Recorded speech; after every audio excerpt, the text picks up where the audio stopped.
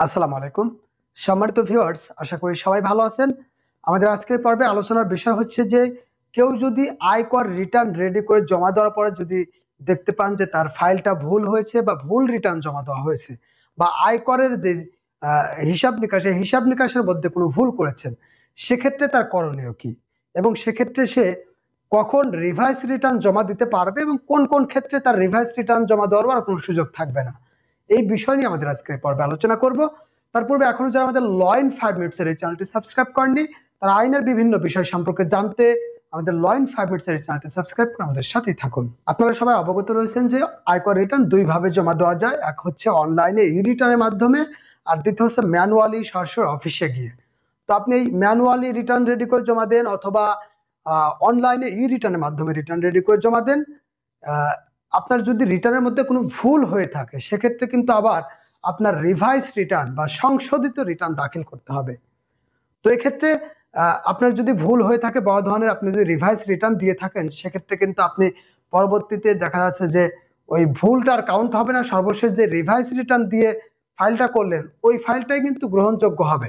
তবে এক্ষেত্রে কিছু শর্ত রয়েছে, এই রিভাইস রিটার্ন জমা দেওয়ার ক্ষেত্রেও কিছু শর্ত রয়েছে। এক্ষেত্রে আপনি যেই অর্থ বছরে আয়কর রিটার্ন জমা দিলেন, এই রিটার্ন জমা দেওয়ার পরের থেকে 180 দিনের মধ্যেই কিন্তু আপনাকে রিভাইস রিটার্ন বা সংশোধিত রিটার্ন জমা দিতে হবে।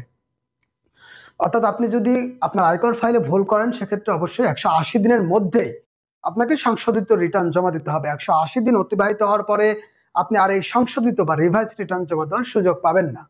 এবার দ্বিতীয় যে বিষয় রয়েছে, সেটা হচ্ছে যে আপনার ফাইল যদি অলরেডি অডিটের জন্য নির্বাচিত হয় বা অলরেডি অডিটে পড়ে, সেক্ষেত্রেও কিন্তু আপনি এই সংশোধিত রিটার্ন জমা দেওয়ার আর কোনো সুযোগ পাবেন না। এবং তৃতীয় যে বিষয়টা রয়েছে, সেটা হচ্ছে যে আপনি রিটার্ন জমা দিয়েছেন, ভুল হয়েছে, এরপর আপনি আবার রিভাইস রিটার্ন রেডি করে জমা দিলেন একবার।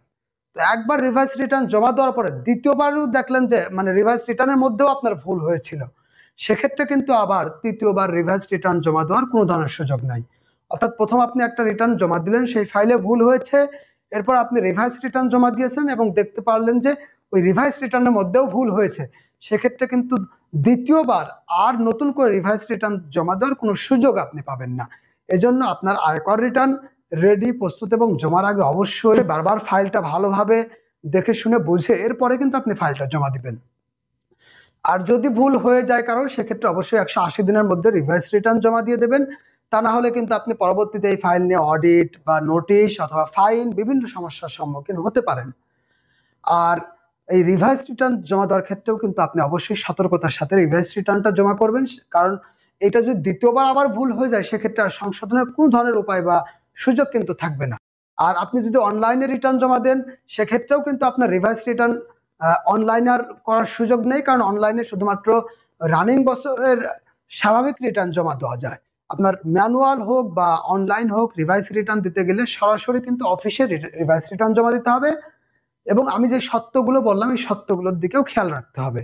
এবং পাশাপাশি আপনি একটা আবেদনপত্রও দিতে পারেন যে আপনার পূর্বের রিটার্নে কোথায় কি ভুল হয়েছিল এবং পরবর্তীতে কোথায় কি কি ঠিক হবে, এই মর্মে আপনি একটা উপকর কমিশনার বরাবর একটা আবেদনপত্রও কিন্তু লিখে দিতে পারেন। এবং উপকর কমিশনার টোটাল ব্যাপারটা দেখে বুঝে শুনে যদি মনে হয় যে এটা গ্রহণ করার যোগ্য এবং আপনার এটা আসলে প্রকৃতপক্ষেই ভুল হয়েছে, আপনি কোনো সম্পদ হিডেন না রেখে বা আপনার অনিচ্ছাকৃত এই ব্যাপারগুলো ভুল ছিল, আপনি কোনো লুকোচুরি করেননি, সেক্ষেত্রে উনি এই ব্যাপারটা গ্রহণ করবেন এবং আপনার ওই রিভাইস রিটার্নে যে রিটার্নটা দেওয়া হলো, ওইটাই কিন্তু আপনার পরবর্তী বছর ওইটার সাথে মিল রেখে অ্যাডজাস্ট করে পরবর্তী বছরে ফাইল রেডি করে জমা দিলেই হবে। তো আশা করি আমাদের আজকের পর্বের মাধ্যমে আপনারা বুঝতে পেরেছেন যে রিভাইস রিটার্ন কখন জমা দেওয়া যাবে এবং কখন জমা দেওয়া যাবে না, বা কখন আর রিভাইস রিটার্ন জমা দেওয়ার সুযোগ থাকবে না। আমাদের আজকের পর্বটি পর্যন্তই। আয়কর সংক্রান্ত যে কোনো ধরনের তথ্য, পরামর্শ এবং সাবাংশের যে কোনো সার্কেলে আমাদের মাধ্যমে আপনারা ই রিটার্ন ফাইল রেডি প্রস্তুত জমা করে নিতে পারেন। এবং ম্যানুয়াল বা রিভাইস রিটার্ন যদি রেডি করে নিতে হয়, সেক্ষেত্রে আমাদের মাধ্যমে সব ডকুমেন্টস আমাদের দিয়ে আমাদের ল ইন 5 মিনিটস টিমের মাধ্যমে আপনারা আপনাদের আয়কর ফাইল প্রস্তুত বা রিভাইস রিটার্ন প্রস্তুত জমা করিয়ে নিতে পারেন।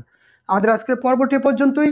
সবাই ল ইন 5 মিনিটস এর সাথে থাকুন। সবাইকে অসংখ্য ধন্যবাদ। আল্লাহ হাফেজ।